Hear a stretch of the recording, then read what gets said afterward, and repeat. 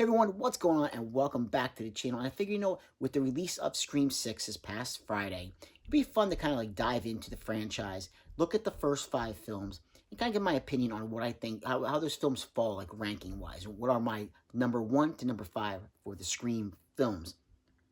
And, when it got to the top spot, I had a really, really tough decision to make where I'm putting the top, where I'm putting at the top for the first 5 films.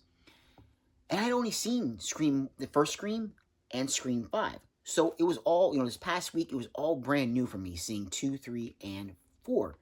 So let's get started. We don't want to have too long of a video, and there'll be no spoilers with this one, because I think, like me, there might be a lot of people out there who haven't seen the franchise, or maybe, forget about some of these films. So I definitely don't want to spoil things.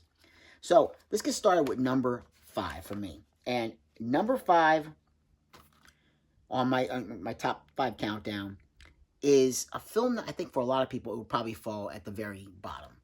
I think with this particular franchise, you have either Ghostface is a killer or killers. Multiple people are involved, depending on the film. And I like that because it definitely keeps you guessing. Now, speaking of Ghostface, Ghostface has become one of the most iconic horror characters in all of horror throughout the history of horror.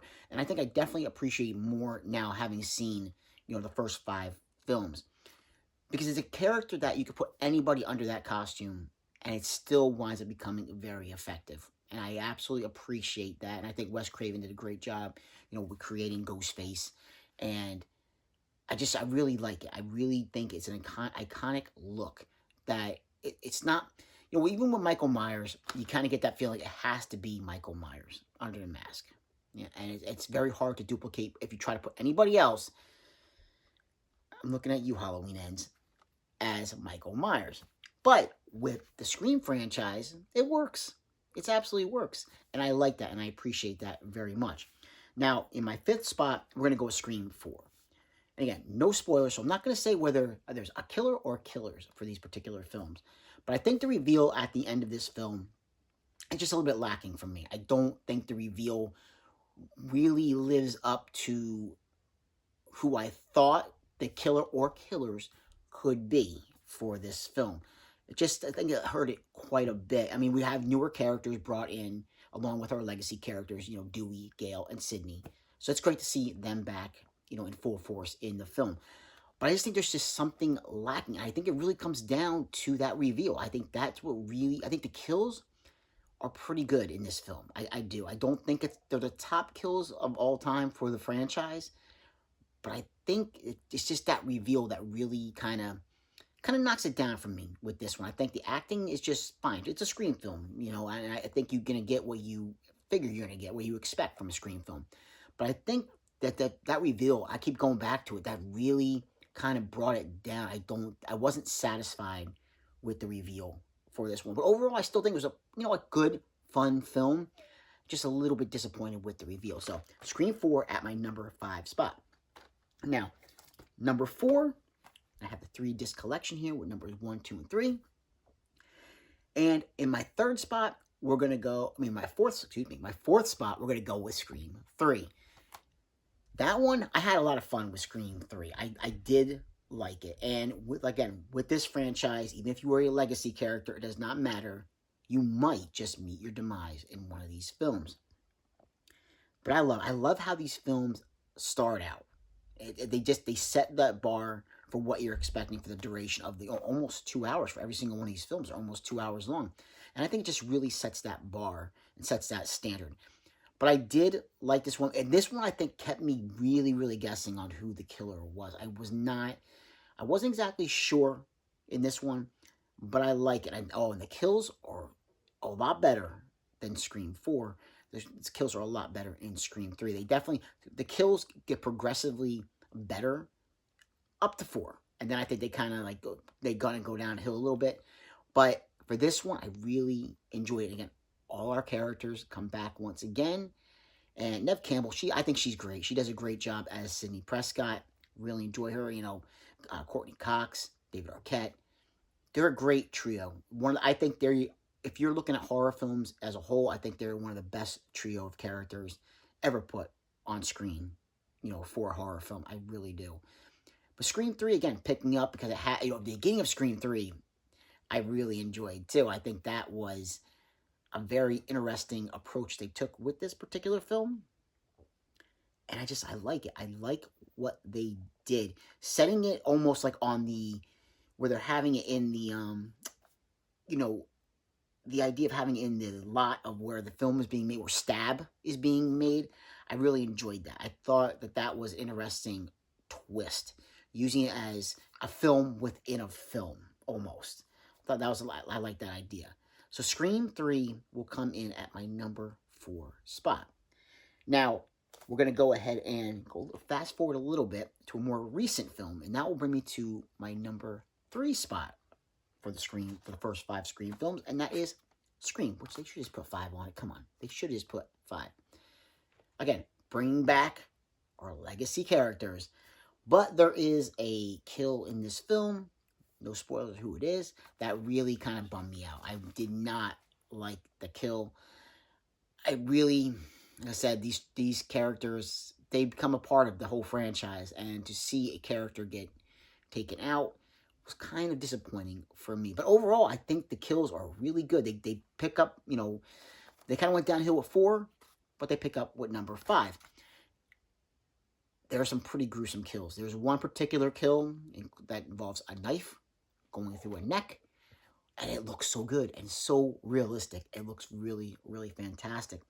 And I think they really did a good job coming back and revisiting this franchise, which a lot of people will get maybe a little bit tired after the 4th one because being let down.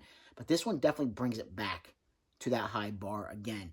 And again, introducing new characters, Jenna Ortega. Really like Jenna. I think she's a great actress. Seeing her in Wednesday, I thought that was a great series for Netflix. And I really like it, seeing her in this. And she was in X as well. She did great in that. But seeing her at the beginning, of this film, great. And it definitely, you think it's going to go a certain way at the beginning, like every other Scream film, but it definitely sets the it changes things. It changed the game. It changed the rules for what the Scream franchise was doing. Because who you think might get killed might not get killed. And the ones you don't want to get killed, unfortunately, they're going to meet their demise. So Scream 5 is in my number 3 spot.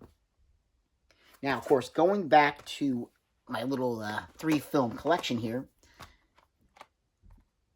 we have Scream 1 and we have Scream 2. Now, this is where I had a really tough time, because it's really easy to put the first Scream at number 1.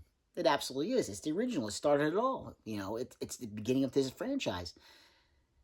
But no, I'm going to put the original Scream, Scream 1, at my number 2 spot. Because, again, it does the right things. It hits all the notes. It takes, a lot of tropes from slasher films, but it adds on it. It just builds on everything. And it's almost, the Scream tropes have become its own thing for horror movies. And that you have to appreciate. You really have to.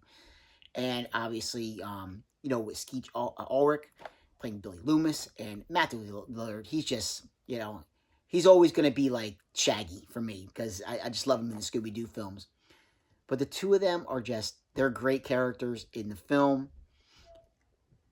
And again, I'm not going to say any spoilers, because I think they're great characters. I think Jamie Kennedy is a great character in the film as Randy. Again, we are introduced to Gale Weathers and, Dewey, as well as Sidney Prescott.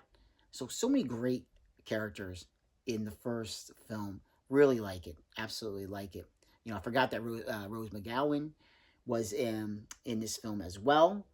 And it just, to see a lot of these, actors and actresses. I mean, this was filmed in 1996 when it came out. I can't believe that it's been that long since the first Scream film came out. It doesn't seem possible it could have been that long ago. It just makes me feel older just thinking about it. But I really like it. I think all the characters they're all great in their own way. And it sets a bar. It really sets a bar and a standard for what this franchise will be. That being said, Scream 2 is my number 1 Scream film. Like I said, it was very tough to make this decision. But Scream 2 ups the ante with the kills.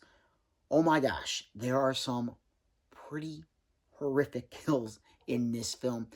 A lot more gore, and I love it. I love the premise of them being on a college campus, and Sydney being pulled back into this all once again, and then really like wrapping it up. There's a particular scene involving our killer as well as Sydney, like with in a cop car, and there's a kill that happens in that scene that is just gruesome and brutal, and I loved it, every last second of it. And it raises that bar because it takes it out of Woodsboro and it takes it to a college campus. And I like that. They didn't just stay confined to one particular area. They moved it, to a whole nother area. And it's still as effective. Like I said, the kills, Sarah Michelle Gellar's in this. And man, does she meet a demise in this film. She can't seem to catch a break between I Know What You Did Last Summer as well as this one. Yeah, poor girl can't seem to catch a break with these horror films. But I did really enjoy Scream 2, and I definitely think it just edged out the first Scream for my top 5. And like I said, I haven't seen Scream 6 yet, but everything that I've heard so far has been nothing but spectacular. A friend of mine went to see it the other day, and they just said it was amazing. Absolutely amazing. And if I'm not mistaken, it has out of all the films so far in the franchise, it has the highest rated score on Rotten Tomatoes. That's incredible. After 6 films, to get the highest rated, that is like unheard of. But the trailer definitely seems amazing, taking it to to New York. And I think it's just going to be a blast, an absolute blast. I can't wait to see that one. And who knows, that might change my top list. But for now, we go with Scream 4 at number 5. We have Scream 3. Scream 3 at number... I get confused. You're trying to say 5, 4. Okay. Scream 4 at number 5. Scream 3 at number 4. Scream 5 at number 3. And Scream 1 at 2. And Scream 2 at number 1. Wow, I think I just confused the ever-living hell out of myself just trying to come up with those numbers. I don't know. But I've had a blast this past week checking all these films out. Absolutely loved it. So, let's subscribe and comment if you get the chance, and I will catch you in another episode. Take care. Bye.